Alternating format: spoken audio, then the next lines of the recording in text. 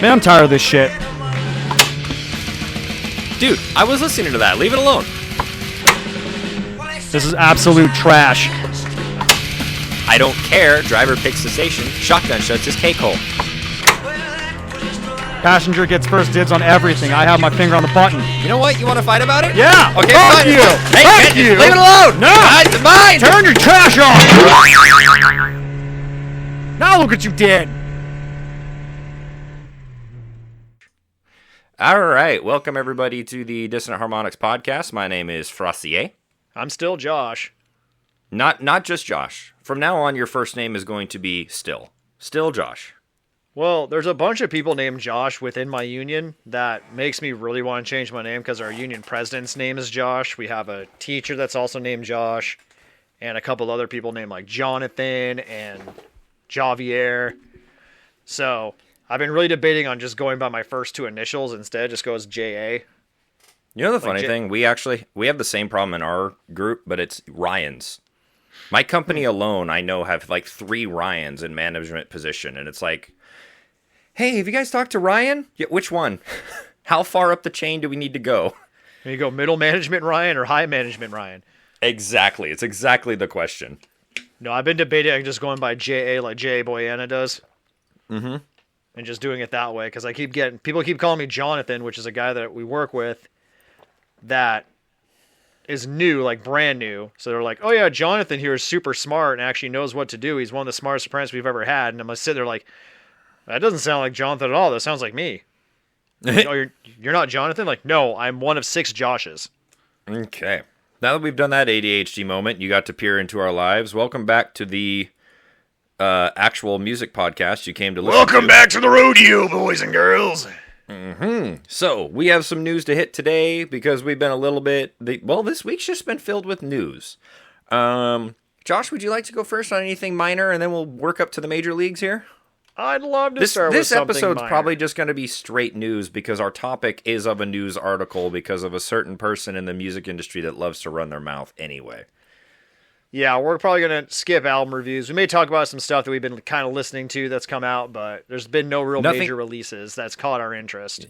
For those of you that don't know, we record these literally on a Sunday afternoon or morning, and we release them the following Wednesday, so 4 days later.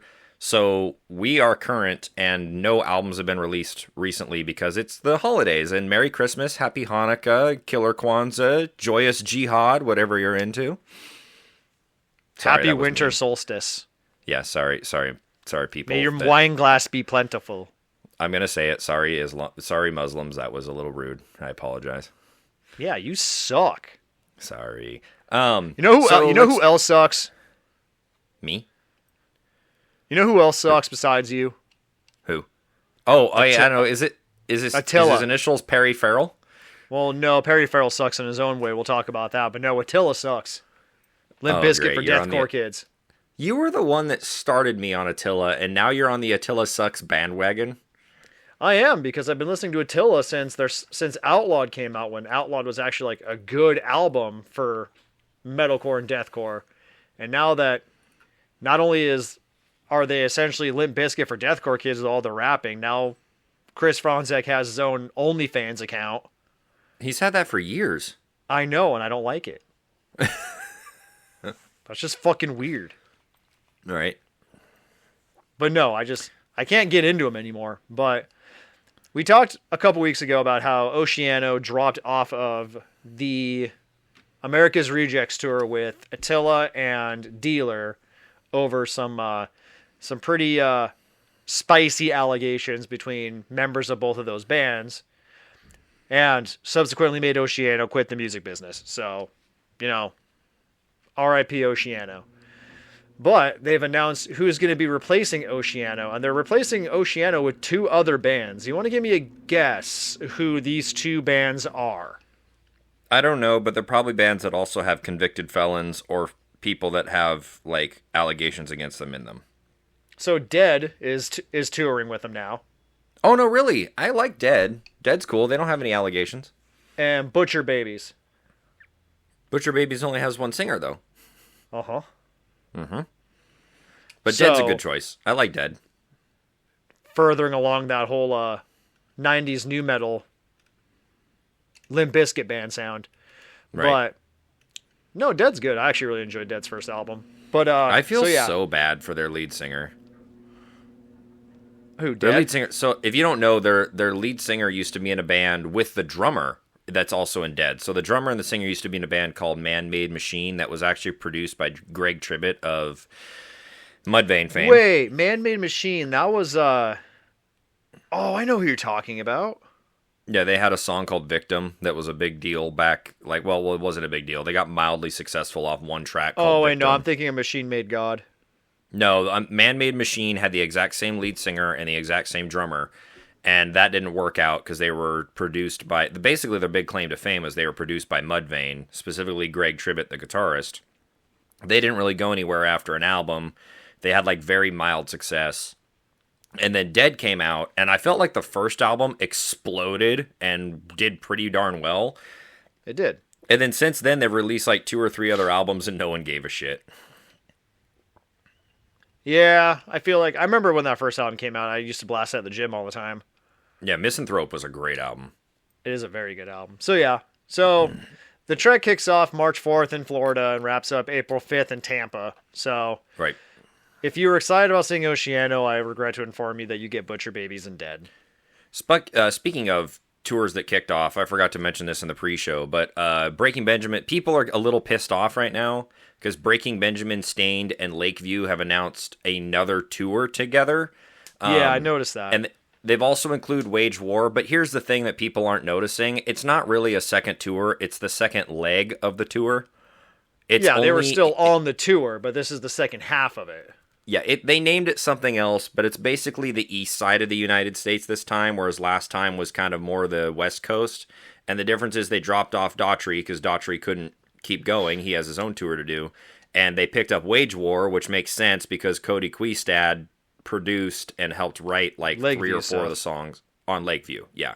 So it all made sense. It was like, okay, yeah, this totally makes sense. Drop off Daughtry, make it a little bit of a heavier show with Wage War. And the funny thing is, I heard this in an interview. I didn't know this, but the guys in Wage War and also therefore the guys in Lakeview have been like really good friends with Breaking Benjamin for a long time. Mostly because Luke, the guitarist and main musician of Lakeview, has been in the music industry for so long. So they were already friends with Breaking Benjamin, and that's why they got that slot on that tour. But anyway, moving on. I want to be Matt friends Shadows? with Breaking Benjamin. Huh? I want to be friends They with seem Breaking Benjamin. They seem like pretty easygoing guys, especially having done like a VIP meet and greet with them. They were super chill. In other news, Matt Shadows jumped on stage with Bleeding Through to sing a few songs or for their set. If you don't know, Matt Shadows is actually a massive fan of Bleeding Through, and they're all from Orange County, California. So, Yeah. so it kind of made sense. Yeah, so back in the day, California metalcore had 18 Visions as like the main kind of startup. And then that inspired bands after them. And the main bands that came out of that area in that time frame was Avenged Sevenfold with their first album and Bleeding Through with their first album. Were both metalcore bands that came up after 18 Visions. Matt Shadows actually states that 18 Visions is like the main inspiration for Avenged Sevenfold. Right. So, Yeah. 18 Visions is fucking great. But they did have one album that they went away from metalcore, made it essentially a rock album. I think it's one of their best ones. Apparently nobody else does. They basically made Burn Halo 2.0. Yeah, like the album is good. Like it's really good, but it is very... It'd be like if you had Avenged Sevenfold's Waking the Fallen album and then made a Stained album after that. Yeah. For those of you that don't know, 18 Visions and Burn Halo have the same lead singer. The lead singer actually left 18 Visions for a bit to go make Burn Halo because he specifically wanted to make a rock album or two. He made 2 of them, went back to 18 Visions. 18 Visions came out with a rock-esque album, and then people were like, what the fuck? And he's like, okay, I get it. Go back to metalcore. I'm sorry. Yeah, 18 Visions actually went away for a long time. They came back with a pretty solid album after that. I forget what it's called, but it was definitely the nastier sounding metalcore that they were kind of used to. But yeah, the Matt Shadows jumped up with Bleeding Through, which, I mean, I saw Bleeding Through with Bullet for My Valentine, and they put on a good show. Bleeding Through is still one of my favorite bands. So It's kind of cool, but I wish M Shadows would get rid of his fucking mullet because he looks like he's king of the trailer park. They all kind of do. Speaking of bands that haven't been around in a while, Finger Eleven has actually announced a few days ago that they are going to be releasing some new music. I think they've even specifically stated that it was going to be an album. For those of you that don't know about Finger Eleven's album... So tell me, does somebody have 11 fingers playing guitar? No. It sounds like it, though. Finger 11, for those of you that don't know, Finger 11 is a big deal. Everybody knows the song Paralyzer. They did that song Paralyzer. We all know it. Or One Thing. You couldn't even... I used to work at Fred Meyer for 3 years. There wasn't a single night that I worked there that I didn't hear One Thing by Finger 11. But for people that are at home that don't know, Finger 11 has a very irregular, not like Tool, but almost like Tool album release. The big album that got them famous was the self-titled that they released in 2002. The next album that came out wasn't until 4 years later, which is the song with Paralyzer on it, and that wasn't until 2006. The next album wasn't until 2010, and then until 2014. So they're kind of on a 4-year release schedule, which is a lot of time for most bands. And their last album hasn't been out since 2014. So the fact that they're planning on releasing an album 13 years later is very Tool-esque, but also you got to remember that Josh and I were talking about this. Paralyzer, in and of itself, has almost 500 million views on Spotify, just on Spotify alone. They've pretty much been chilling out in retirement, enjoying their lives for the past 13 years. So, but it's good to see them back everywhere. You couldn't get away from that. It's like when the Killers came out with their first album. Right. I'm kind of curious where they go, though, because they started as like a new metal act where he had his head shaved, and then with the Them Versus You Versus Me album was straight up like really catchy prog rock. My favorite song off that album, although Paralyzer's good, it drove it into the ground. But my favorite song off that album was called Falling On, which was totally proggy, which was a fun little track. So I'm kind of curious where they go. Do they go back to the new metal sound? Do they keep that prog rock sound going? Where do they go with this? In other minor news, Sumerian Records has bought The Hard Times, quote unquote. For those of you who don't know what The Hard Times is, it was a music satire, kind of basically... Do you like The Onion? Do you like The Onion with music? Yeah, that's pretty much what it was. A lot of people are really worried about this purchase, seeing as Ash Advolson is in charge of it. And again, I give him credit. Ash is a massive marketing genius. But he also tends to be a little bit of a dictator behind the scenes, is what it sounds like. That's why Periphery left. That's why Veil of Maya is probably going under. Oh, I have some news about Veil of Maya. Don't you worry. Okay, I want to hear it. Unfortunately, it seems like a lot of bands have been jumping off of Sumerian, and all of them have specifically stated that they are frustrated with Ash and his control freakiness. So I'm kind of curious what happens here.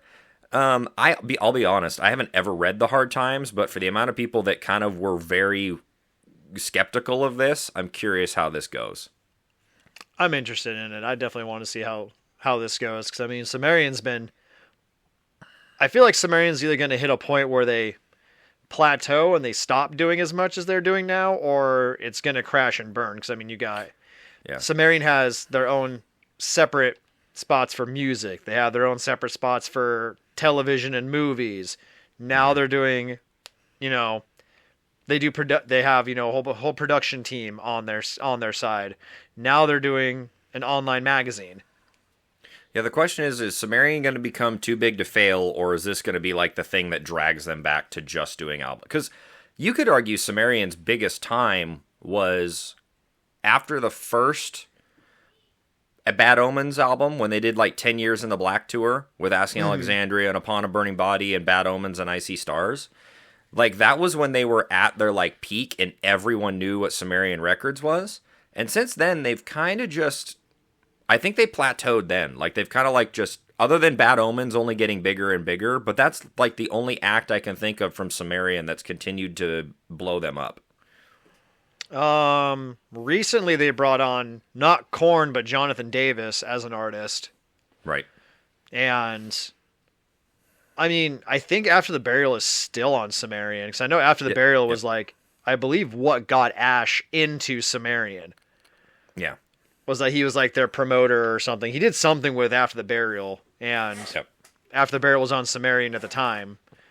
So Ash has always has been there, but yeah, I know the Periphery is off. But Periphery also went to go self-produce. But there was a few bands, and I can't remember the other ones. I'd have to look it up. But I know for a fact there was Periphery and at least two other major bands that left Sumerian specifically, and they weren't small acts; they were big acts specifically because of Ash's. Is Asking Alexandria still on Sumerian?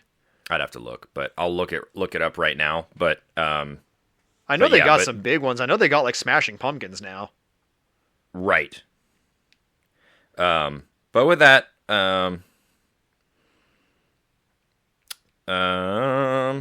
they actually switched over. They actually switched over to Better Noise Music back in 2021. Asking Alexandria did. Asking Alexandria, which means that Better Noise is ran by. It used to be called 11/7 Music. Oh yeah, that's where Papa Roach and everybody used to be on, right? Better Noise Music has or had, or I think they might still. Bad Wolf. Here's the roster they at least used to have. This was like in their heyday again. Papa Roach, Bad Wolves, Nothing More's first couple of albums. Was 6 a.m. on there? Yes, along with Five Finger Death Punch on the last couple of albums. So Better Noise Music. Escape the Fate. Better Noise Music had quite the all-star lineup there for a little bit in rock and metal. I wonder if Epitaph is still going.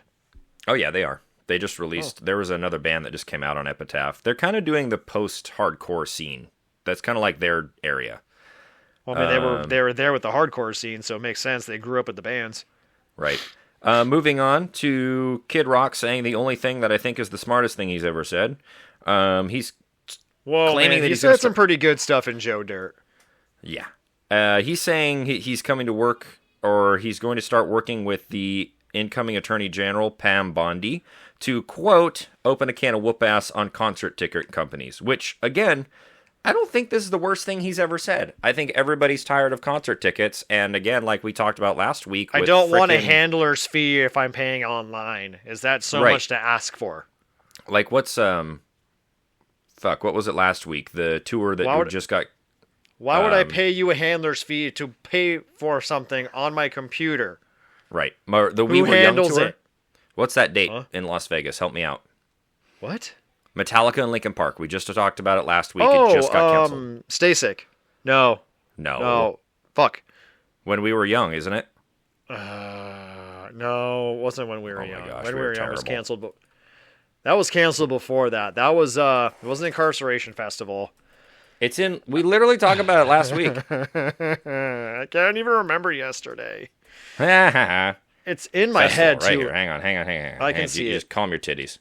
Please Sick New World Festival. That's what it was. I was close. So Sick New World Festival just got canceled, and we assumed and speculate that it has to do with the prices of concert tickets. And I agree with Josh. If you're going to send my tickets for free onto my email or onto my phone, and there's nobody I have to interact with, there's no reason there should be a processing fee or a handling fee or both or either or a delivery fee, which all three of those I've seen. Pressing a button on an email and having a bot do it is free. You're not even paying the bot to do the work. And the worst part is about having a handler's fee as I wave a pair of pliers at Fraser over my phone. The worst part about this is years ago, I bought tickets for Primus and Mastodon. And I paid the handler's fee and the shipping fee because they were mailing me my tickets. Do you know what never came before the concert? My fucking tickets. And you know who did not want to give me back my money? Live Nation. Yeah. Or Ticketmaster. Uh-huh. I contacted them multiple times and said, I paid for everything. Where is my tickets? They told me, and I quote, you must have put your address in wrong. That's where you pull up the email and go, look at this. I have it on there, and I had my bank receipt showing that it paid for it already and everything. And I said, I want my money back. They're like, well, it was a digital transaction. You can't do anything. So I just went to my bank and said, hey, this was a fraudulent charge. I didn't buy these tickets. Did it work? It worked. I got my money back. Good. So that's kind of nice. I'm curious where it'll come out of or, whatever, how it goes. Speaking of concert tickets, though, Whitechapel, and I'm not bashing him by any means because this is going to be happening next year. Whitechapel has announced a North American tour, which is good. It means that the band's still rolling, and Phil is either feeling better or has a projected date of feeling better by the time this tour kicks off. So He also did good. Huh? Oh, Go no. ahead. So Whitechapel is actually, they do a show every Christmas time in their hometown, which is about 6 hours from where I live. They're actually in Knoxville and Chattanooga right now, but they only do those 3 dates in Knoxville, Chattanooga, and Nashville. But that's like And a they do- Christmas celebration. It's for a the Christmas fans. benefit show that they do for like a homecoming thing every single year. So that tells me that they're doing the home shows because they canceled the South America tour and they're coming home. Right. And then like, hey, But they we can be obviously- home. We can be with our hometown. Because I'm the same way. When I feel like, when I'm going, I'll name the place. It's called Birds View Brewery. It's up in Cedar-Woolley. For those of you that know the Pacific Northwest, it's about an hour and a half north of me. But whenever I go play that show, like everyone that owns that venue, everyone that hangs out there are such nice, wonderful people that I don't have any stress going on stage. It is almost like I'm super pumped to get on stage there. I'm not nervous at all. And the reason why is because it's like homecoming. Like, I'm going to come home. I'm going to go there. I'm going to have a great time. Everyone's going to enjoy it. We're all going to high five and drink afterwards. Like, it's a blast. So Right. that's probably why they like doing these shows, because it's actually a mental health break, because they know it's not going to be anything but fun and easy. And that money, I believe, is going towards charities or it contributes to something, but I can't remember why. I remember last year it was like a Toys for Tots kind of thing. Right. Did you also That's see that Phil joined Will Ramos on stage during Lorna Shore's one of their songs a little bit ago? You know, if I ever make an animated movie that has goblins, I'm making Will Ramos do all the goblins. Nah.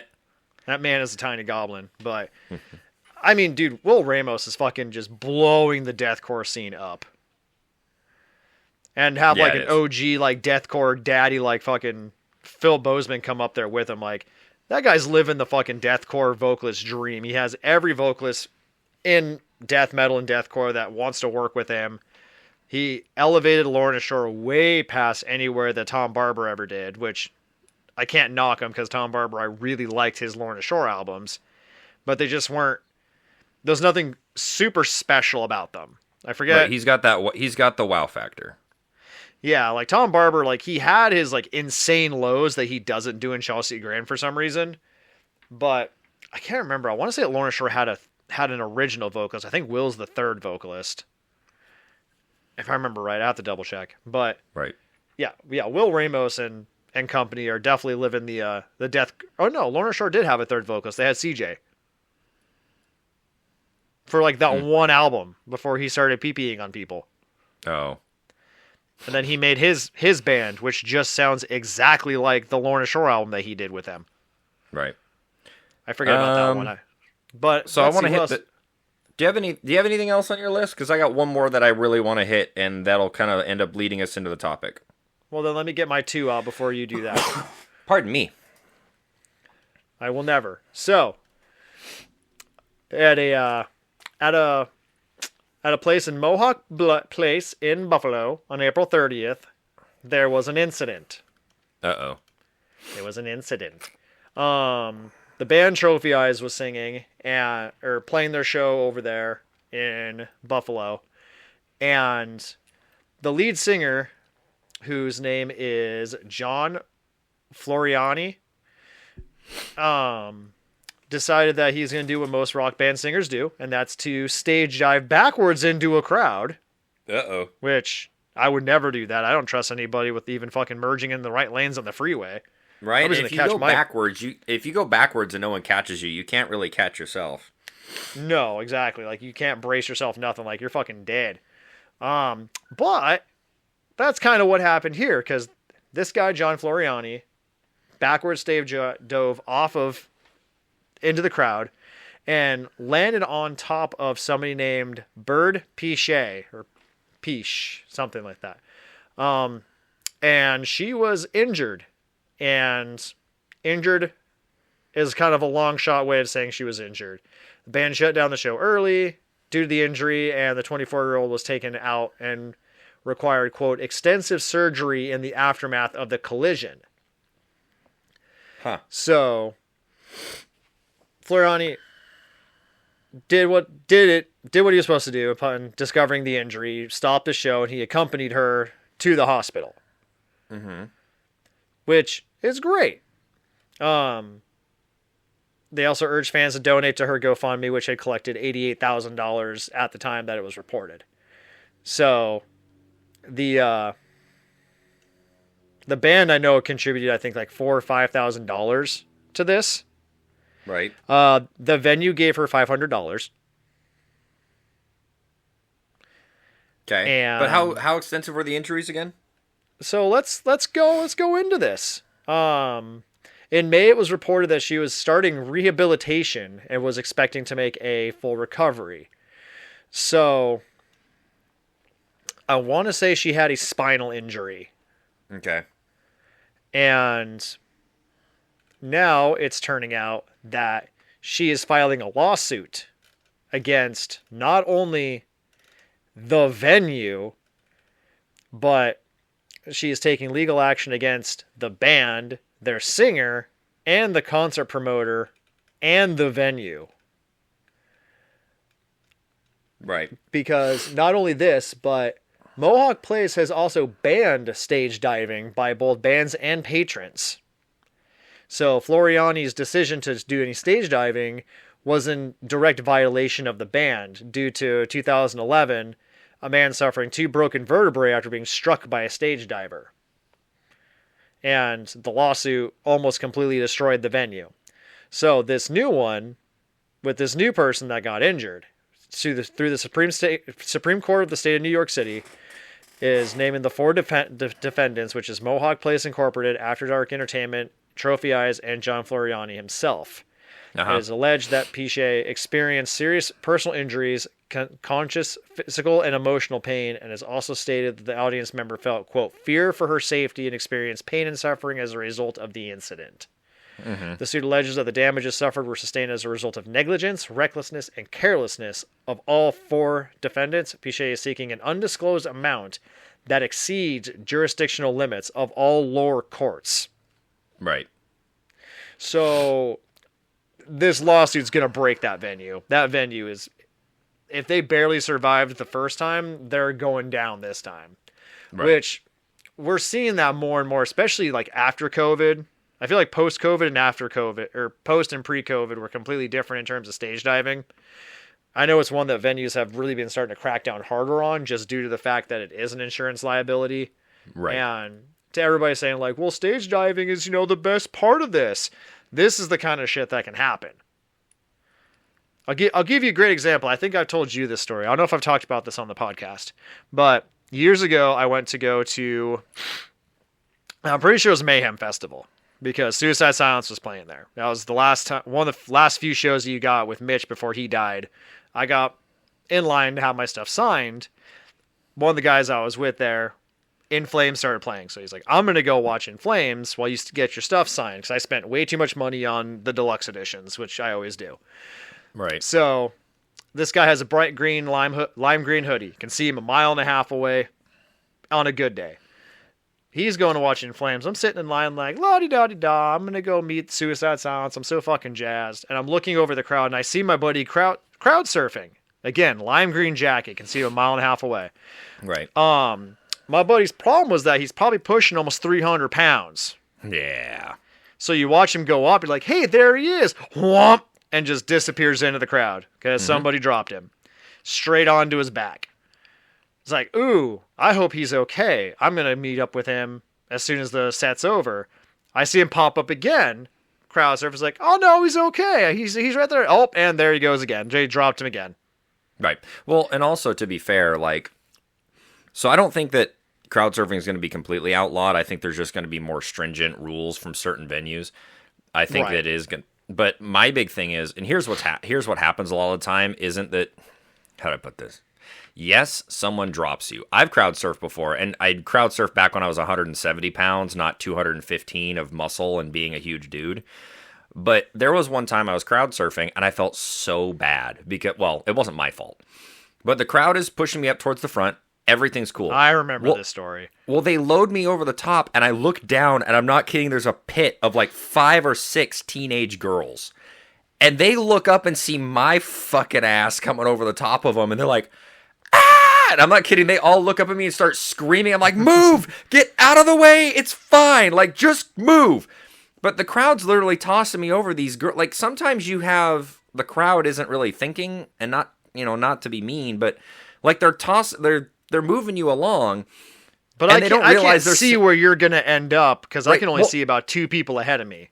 Well, and the funny thing is like, again, it looked like there was like a pit in the middle of the crowd, because I'm like, there's no one there. Guys, you're pushing me towards where there's no one there. Well, when I get over the lip of the last guy, I realize there was people there. That's the unfortunate part.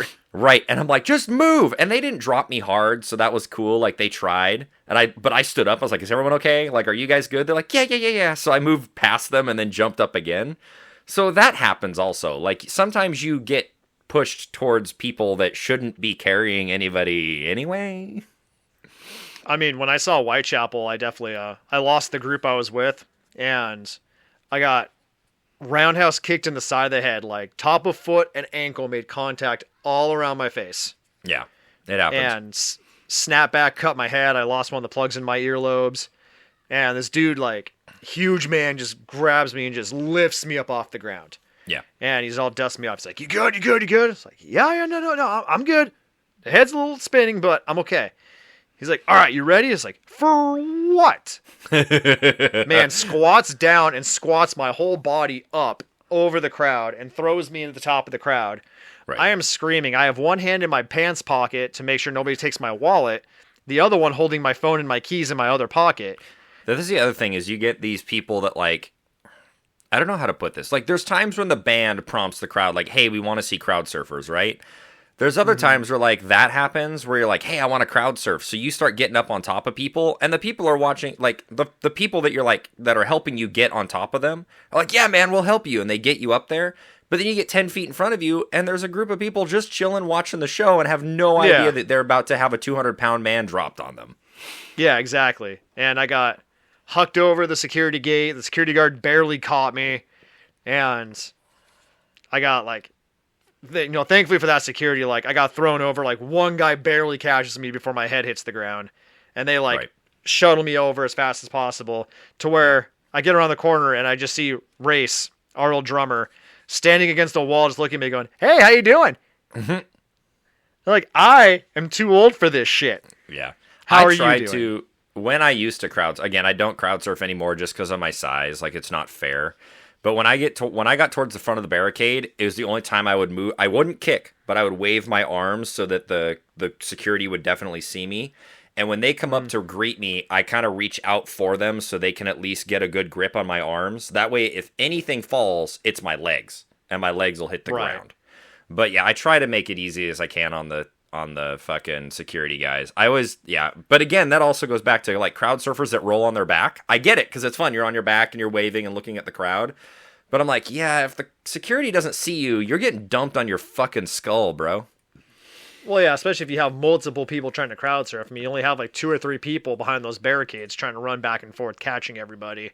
Right. So, I mean, if you're going to crowd surf, do it smart. And I can't imagine being a singer of a band and jumping into the crowd. Like, when I saw A Day to Remember, Jeremy did it good. Because he went in the back, got into one of those gigantic inflatable balls that you can run around in. Yeah. And he ran out onto the top of the crowd. Like, that's not going to hurt anybody. There's a difference. When you're the lead singer of the crowd, everyone's paying attention to you. Well, yeah. So, like, you have everyone's full, undivided attention on keeping you alive, and everybody wants to. When you're a random concert goer and you're just in the crowd, everyone's like, oh shit, there's somebody up above me. It's a raining man! Right. So, literally. We got to hit at least one more piece of news. Do you have another one? I got one more before you jump into yours. Okay, go. And that is, we are doing an in memoriam for the bands that we lost this year. Yeah. Oh wait, hold on. Should we do that last of news? We should do that last in news. No. Yes. You do the in memoriams at the end. You don't do in memoriams and then you go into the next piece of news. I am not conventional. Okay. Go ahead, you nonconformist. Aerosmith is gone. Yep. Botch which is a band that I'm not too familiar with, but they're from Washington. Yep, they're playing their final show at the Showbox Soto in Seattle on June 15th. Or they did. Fleetwood Mac. Fleetwood Mac, I didn't realize was around. No, I think they've been technically broken up forever. This must have just been an official breaking up. Well, Christine McVie dying in 2022. Yeah, that makes sense. Right. Hey, did you know that Issues split this year? Issues split at the end of last year. But didn't make it official until playing a handful of farewell shows in early 2024. Yeah, with Brian from the home team. Yeah. So they are now done. Let's see, who else? Did you know that Jane's Addiction's done? Yes. Hey, did you know that Porno for Pyros is done? Also because of Perry Farrell. Oh, Perry Farrell sucks ass. Let's see. Misery Signals is done. Really? You remember Misery? I didn't Misery see that Signals. going. Yes, they disbanded back in early April, but they are doing a farewell tour. But the dates that they provided actually had both current and former vocalists doing the shows. Oh, cool. So That's you fun. got both eras of Misery Signals on their farewell shows. So Right. kudos to Misery Signals. They were good. Did you know that NoFX is done? Yeah, I knew that. Yeah. Fat NoFX Mike is said he done. wants to get back into doing therapy stuff and helping with that. Well, no, it's because Fat Mike's not fat anymore. Fat Mike's on drugs again. No, she's not fat anymore. But he said it was due to the fact that he's not finding any joy in it anymore. He also did. I watched a couple interviews when they officially ended it, and he said he wanted to get back into his practice of therapy with people again. Yeah, he said if he didn't get loaded, like didn't get absolutely fucked up, then he didn't want to do any shows. Right. So NoFX is done. Hey, did you know that Oceano's done too? Mm-hmm. Yes, I just found that out today. I would just list them at this point. OTEP is done. OTEP has officially called it quits for a second time. Weirdly enough, Rage Against the Machine quit this year. No, we knew that was coming. We knew Zach De La Roca didn't want anything to do with it, and Tom Morello's a fucking pain in the ass. Yep. So they are done. They canceled some shows coming up, I guess. So that was the big thing about it. REO Speedwagon is done as of September 2024. Probably time to retire. Don't worry, the singer has already booked a 2025 solo tour playing alongside Styx. Okay, so Veil of Maya is on hiatus. We knew that. We talked about this. That said, it appears the split won't turn into something permanent. They conclude in their statement that they will be back again. But I wonder what that means by they will be back. Does the brand come back as in Marco Kubo, or does that mean that they come back as the unit they're in? It says we will be back, but as far as I'm aware, Lucas Magar is not with them anymore. That's what everybody's talking about. Brandon coming back is the big thing. God, I don't want fucking Brandon coming back. Brandon's a drama queen. I don't want Brandon back either, but whatever. Do you remember why Brandon quit the band? Yeah, we've talked about it multiple times. Yes, everyone knows why Brandon quit the band. The bus was too dirty, so he quit, threw everything, and went to he moved up here to Seattle. Which is, where do you move when you want to be clean? Not Seattle. Why would you move to Seattle? I literally went and watched a comedian last night that joked about the amount of meth addicts in Seattle. Literally what he spent like the first 20 minutes joking about. I show people videos of the zombie walk that you get with people on drugs in Seattle. Mm-hmm. And I literally start texting people like, why would I pay, $30 to go to a haunted house exhibit when I can walk around the streets of Seattle at night for free? Right. So last bit of news before we get into our final topic is actually kind of one that I slightly agree with. A lot of people are poo-pooing this, but I agree with it. I disagree with you. But Sean, well, two things, because they're both out of Sean Clown Crahan's mouth from Slipknot. The first one is, I think Jim Root finally put the boot to his ass when he said that he was about to release it himself. Jim struck a fucking nerve.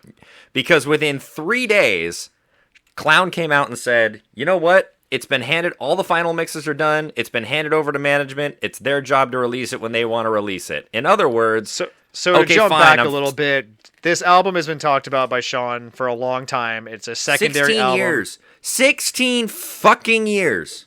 In Azkaban! No, so they've been talking about this other Slipknot album that quote-unquote may or may not see the light of day. It's been hyped up over the years. It was supposed to come out last year. It's supposed to come out this year. It's supposed to come out next year. Now, Jim Root of Slipknot is saying that if Sean Crahan does not release this album, he has access to it and will just put it up on YouTube for free for everybody.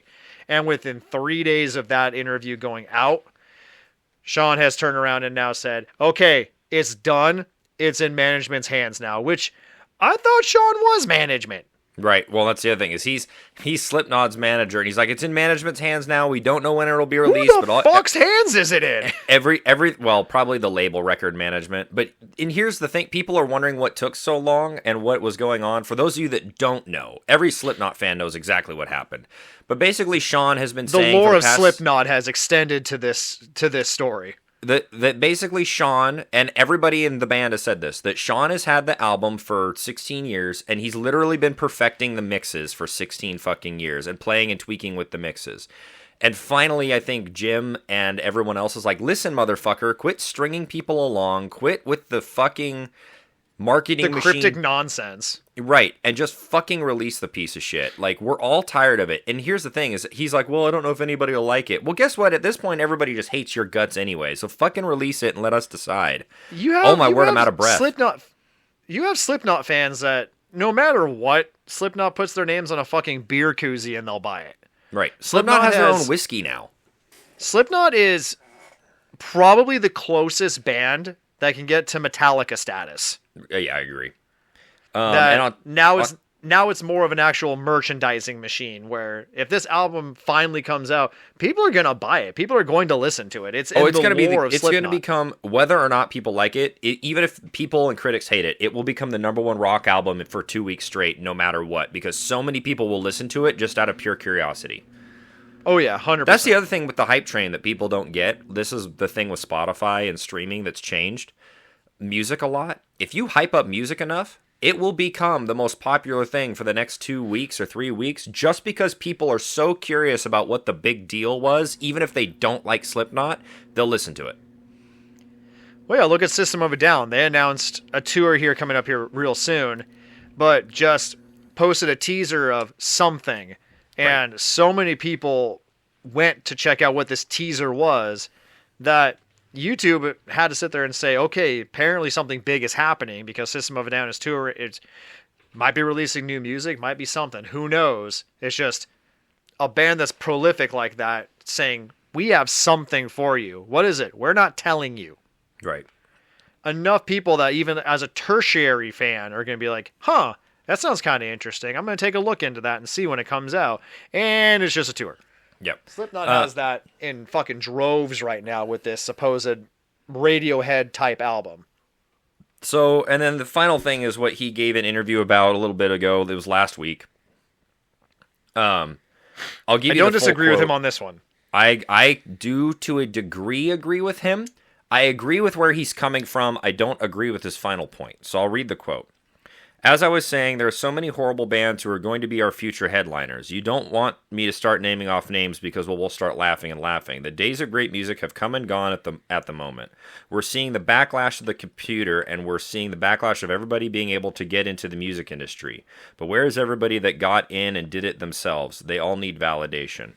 That whole quote, I agree with. Because what he's saying is what I was saying with the Spotify reimagining. So, for those of you who don't know, we've been talking about this for a long time, too. The way that Spotify does payouts now is the exact same way that YouTube and Twitch have done payouts. You have to have a certain number of subscribers and a certain number of regular listeners in order to start actually getting your payout. Now, up until that point, that money is still saved. Like, let's say you have to have 10,000 monthly listeners and you have to have 5 million plays, whatever it is. You're still... That money, up until that point, is still being accrued by you. You just don't have access to it until you hit that point. And then after that, you can start regularly taking your checks or whatever it is. The problem with the reason they put that model into place is because so many people are putting out AI generated bullshit or easy to make, using their Pro Tools and punching everything in and quantizing and auto tuning everything to hell and back, that you can make music even if you don't have a musical bone in your body. You can literally program it to do it itself now, and what it's done is it's oversaturated the market to where actual musicians, like myself or Josh, go to put out an album and no one listens to it because there's so many fucking people in the music industry. And I know a lot of people are mad about it, but here's my point. This is going to open up the gateways for more people that are actual musicians that actually want to try and actually want to make this their living to go through, and all the posers on the outside are going to drop off like flies because they're like, oh, there's no actual money in this. I can't make $100 extra a month by putting out bullshit. It's going to put the people that actually have a passion. Does that mean that we can finally say goodbye to Machine Gun Kelly? No, you're not going to get rid of Machine Gun Kelly. He's too big to fail at this point. Damn it. I do disagree with what... I do agree and disagree with what Sean's saying. To a degree, there are bands that are going to be headlining in the future that don't deserve to be headlining at all. There are also bands... No, because you're going to be picking the lesser of two evils, because it's going to basically become like some of these bigger bands are not going to be around anymore. We're going to have all these smaller bands. It's like, okay, do I really want this band or do I want this band? It's going to be... guess this one. It's not going to be like a majority like we have to have this band. Everybody's seen that meme of like you have $100 to book a tour, who are you booking? And like the top tier bands are $60, the middle tier bands are $40, and then $30 and $10. But here's the problem. All those $40 or all those $60 top tier bands are all about to retire, and all you're going to be left with are the mid-tier popularity bands. I would say, honestly, the only band that I can think of in the past 2 years that's gotten massive, other than Sleep Token, so I'd say Sleep Token, and the other only metal act I can think of that's gotten that big like that was Bad Omens. Well, because Bad Omens can slither their way through any music genre. Yeah, and do it well. Those are the only two Same bands. with Sleep Token. Yeah, those are the only two bands I can think of right now that are massive. They are amazing musicians. They don't cheat. That have gotten big in the past couple of years. Bring Me the Horizon's been big for a while. They've been big since 2019, 2018, when That's the Spirit. Well, it's probably 2017 or 16 when That's the Spirit came out. Since then, they've kind of been... I would put them in the legacy act. They're big enough. They put out 3 or 4 albums since then that have all been massive, and everybody's been on top of them. They're a legacy act. Falling in Reverse is a legacy act. All these bands from like 6, 7, 8 years ago are officially going to be legacy acts. But the only two bands I can think of that have jumped the hurdle to legacy act status have been Sleep Token and Bad Omens. And here's the only hang up with that. Bad Omens has to keep the trend going, and so does Sleep Token. They both got big off of one album apiece, and if the next album for either one of those bands flops, they're back to the mid-tier band that had one good album.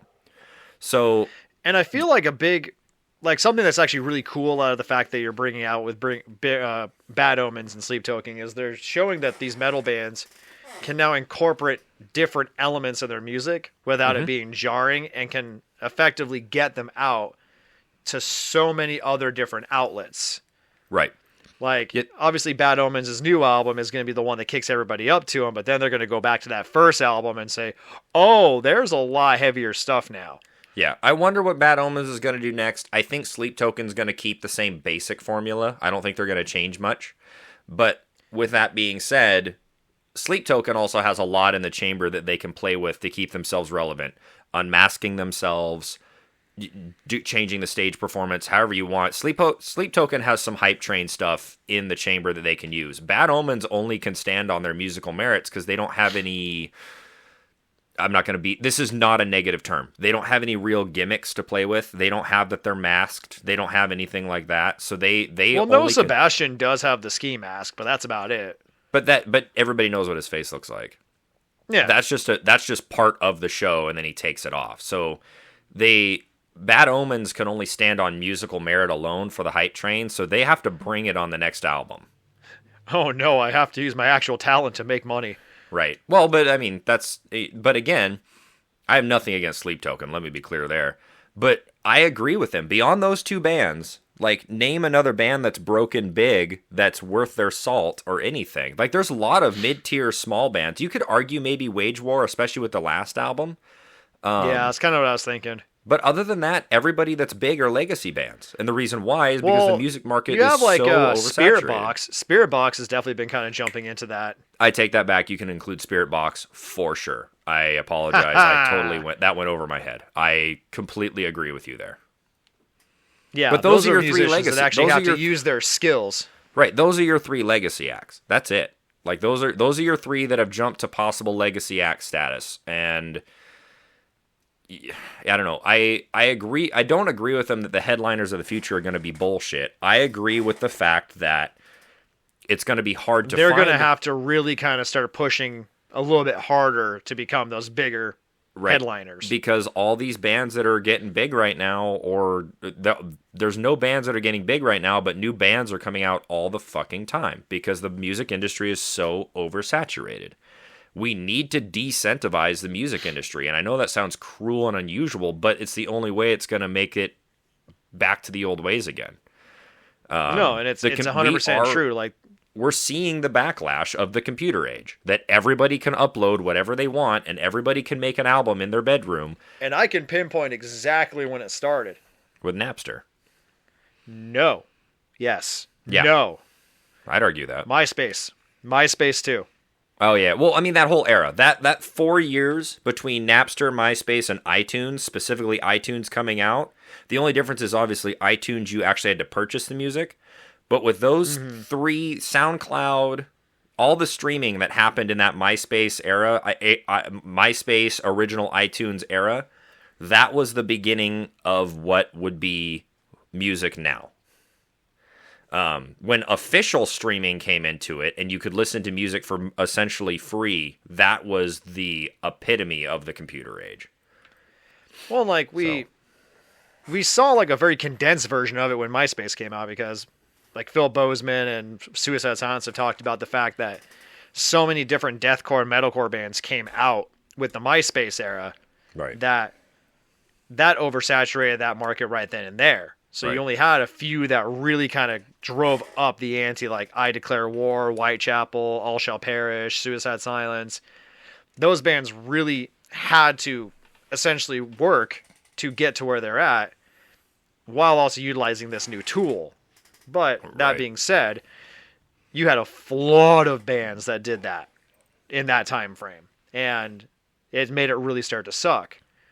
And when you saturate the market, then you start realizing that some of the music that's coming out isn't as good, which is going to lead us into what did Gene Simmons say today to make me mad? Yeah. You probably want to pitch this headline, and I'll Gene Simmons is a fucking hack, and I will stand by everything that's said negative about that man. This man. Okay, just say what he said. Say what he said, not your opinion, and then you can blast your opinion. Shut up! So, going into that, he said a couple years ago that he felt that the rock scene was dead, and that rock music was dead.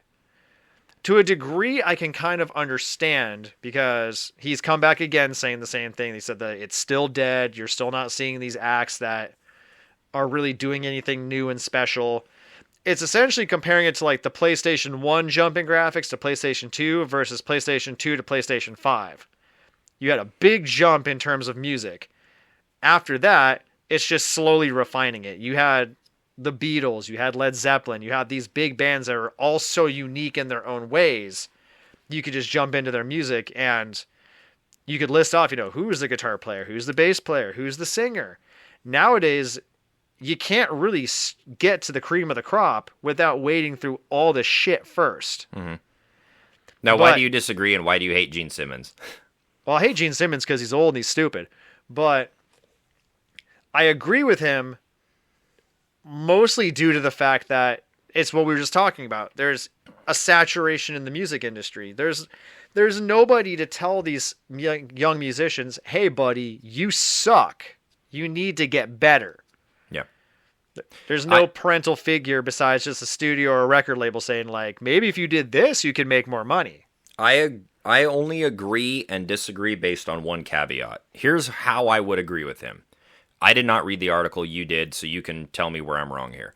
If he's specifically saying the genre of rock and roll, meaning Kiss, the Beatles, Led Zeppelin, AC/DC, the big bands of specifically rock and roll is dead, then to a degree, I 100% agree with him. But only if we're talking about that one little subgenre. And that's because no one's really a, quote, rock band anymore. And this is where I actually enjoy the oversaturation, and I watched a video on this the other day, there's no such thing as, like, a subgenre anymore.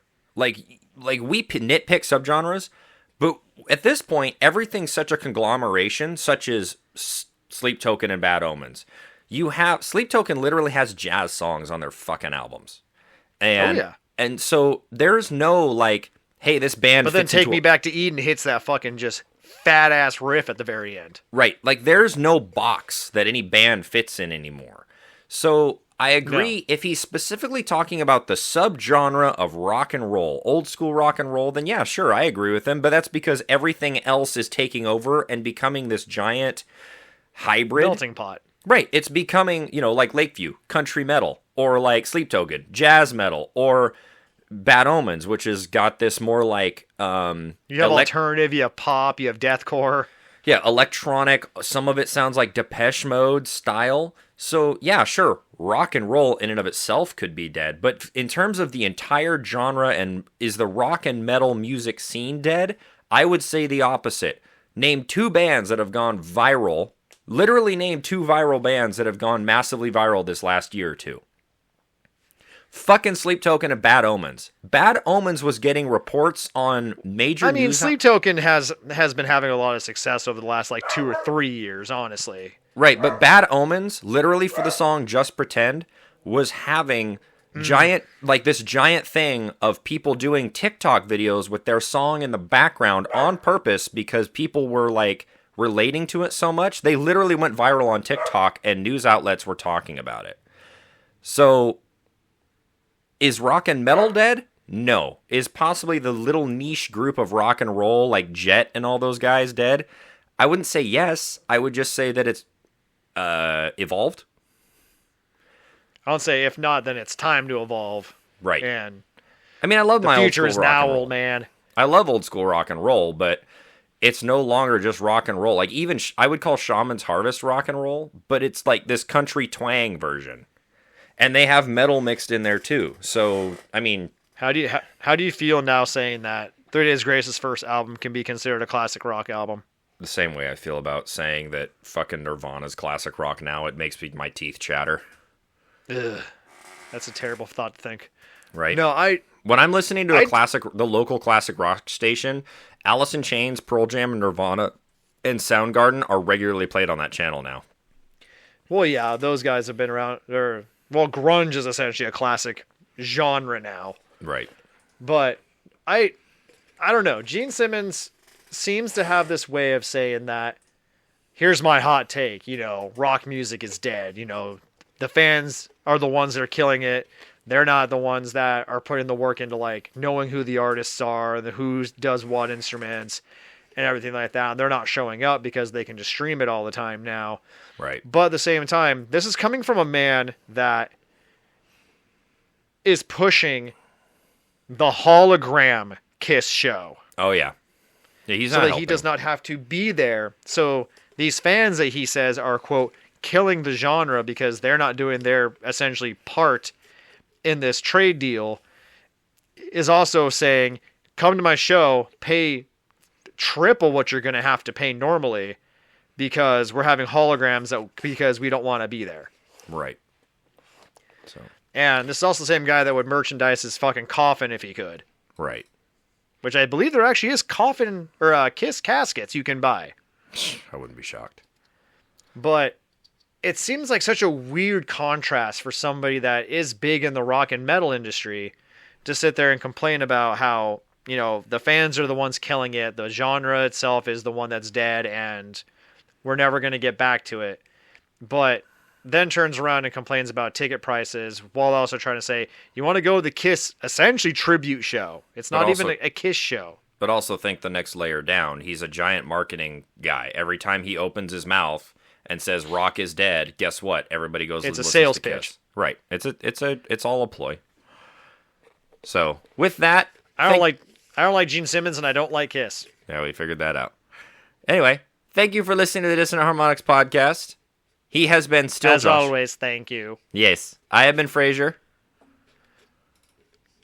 You know what? We're changing it. We're changing this. This next year is going to be JA. It's not Josh anymore. I'm getting sick of having to explain who I am. Okay. Anyway, we will catch you all later, and thank you for listening. We hope you all have a happy holiday season. Yes. Bye-bye.